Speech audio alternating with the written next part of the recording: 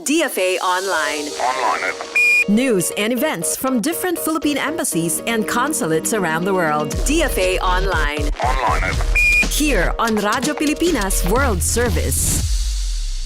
Good day, I am Win Peñano with today's DFA Online. The Philippines Department of Foreign Affairs, or DFA, says Manila and Beijing maintain an open line of contact and are in constant communication over various issues, including Taiwan.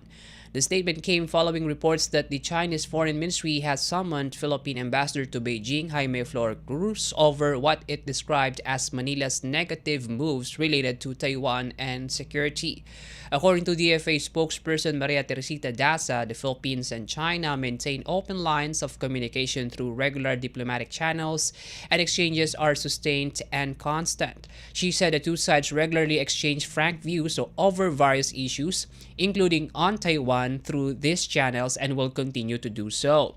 Taiwan Plus News earlier quoted Philippine Navy spokesperson Rear Admiral Roy Vincent Trinidad as saying the Philippine and Taiwanese navies have unofficial and informal engagements. It later made a clarification, citing a separate statement by Trinidad that he was referring to international cooperation and not joint patrols between Taiwan and the Philippines. The Philippines and Taiwan have no diplomatic relations, but commercial, economic, cultural, and other unofficial contacts continue through the Manila Economic and Cultural Office, or MECO, and the Taipei Economic and Cultural Office. DFA Online. Here on Radyo Pilipinas World Service. In our news, Filipinos residing and working near the line of control or LOC in Pakistan are urged to take extreme caution as tensions between Islamabad and New Delhi surge after gunmen opened fire on tourists in the Indian-controlled Kashmir. The Philippine Embassy in Pakistan said Filipinos residing or working in Bimber City, Azad Kashmir, and the Sialkot line of control sector should stay vigilant and avoid non-essential travel, particularly near border zones. The embassy said Pakistani authorities declared red alert due to the escalating security situation in said areas. It then reminded Filipinos to monitor official announcements, maintain regular contact with their employers and community coordinators, and ensure that they are prepared in case of evacuation. The LOC is the de facto boundary separating the Indian and Pakistani forces in Kashmir region.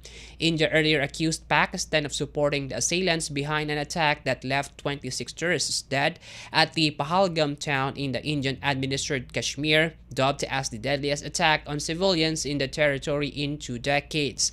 The attack had prompted fears of Indian retaliation, with Pakistan's Information Minister Ataullah Tarar saying that Islamabad has credible intelligence that India intends to carry out military action against Pakistan in the next 24 to 36 hours on the pretext of baseless and concocted allegations of involvement.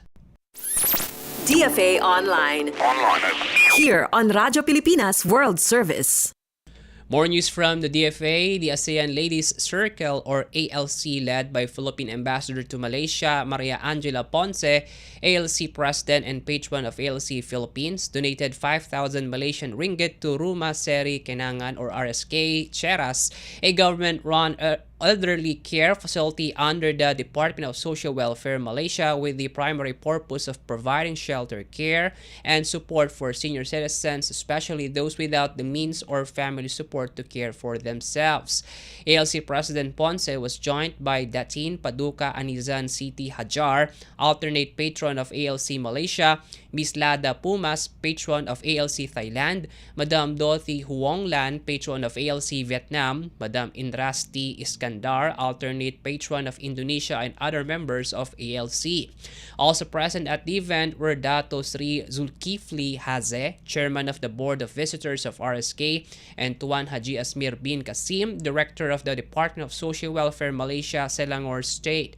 The charity visit included a briefing on RSK, a guided tour of the facility, a check presentation to Dato Sri Zulkifli Haze, and the giving of gift bags from Mami, a Malaysian food manufacturing company famous for its snacks and instant noodles.